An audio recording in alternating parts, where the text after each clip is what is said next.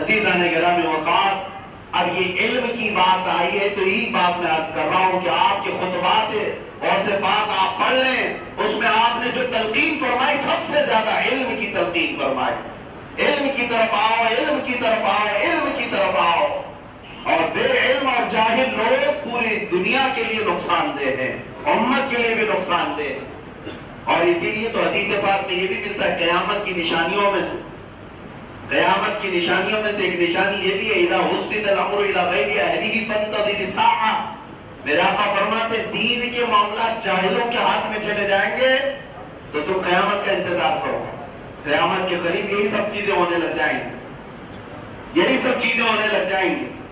مجھے ایک بات ابھی یاد آتی ہے، امام صاحب کو لوگ انٹرویو لینے کے لیے بیٹھتے ہیں، کمیٹی کے لوگ، میں ان سے نہیں کہہ رہا ہوں یا پھر کسی کو خاص کر کے نہیں کہہ رہا ہوں، آپ برا نہ مانیں، ویسے میں جاؤ بولنا ہے وہ بول دیتا ہوں، ہوتا ہے انٹرویو، ابھی یہاں پہ بھی چل رہا ہوگا، لیکن آپ انٹرویو نہ دینا۔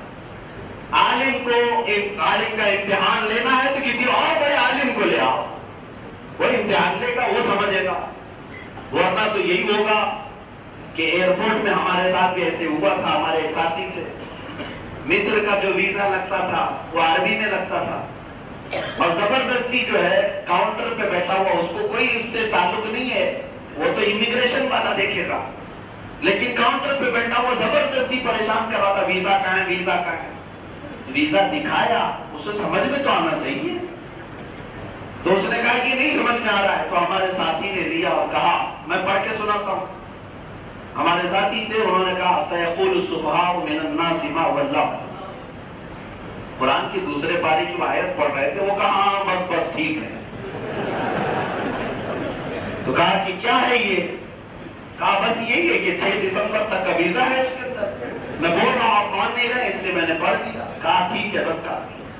تو یہی تو ہوگا جب ایسے لوگ انٹرویو لیں گے، وہ کیا بول رہا ہے کیا پتہ چلے۔ ایک عالم دین کا انٹرویو لینے کے لیے کچھ کمیٹی والے بیٹھے ہوئے تھے، کہا کہ مولانا صاحب کچھ چیزوں کا سوال ہے، جواب دیں پھر آپ کو امامت پر رکھا جائے گا۔ کہا ٹھیک ہے بتائیے۔ کہا کہ قیامت کی بڑی نشانیوں میں سے کوئی نشانی بتائیے۔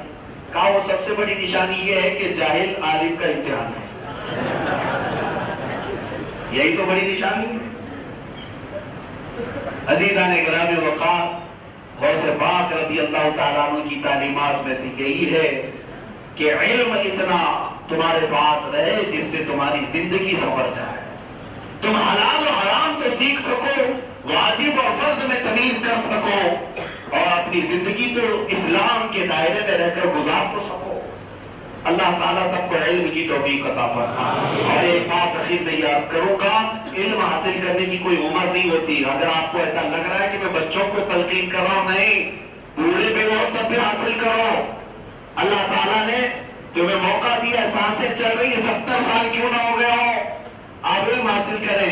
حضرت عمر فاروق رضی اللہ تعالیٰ عنہ فرماتے مجھے سورہ بقرہ سمجھنے میں 12 سال لگ گئے، 12 سال لگ گئے۔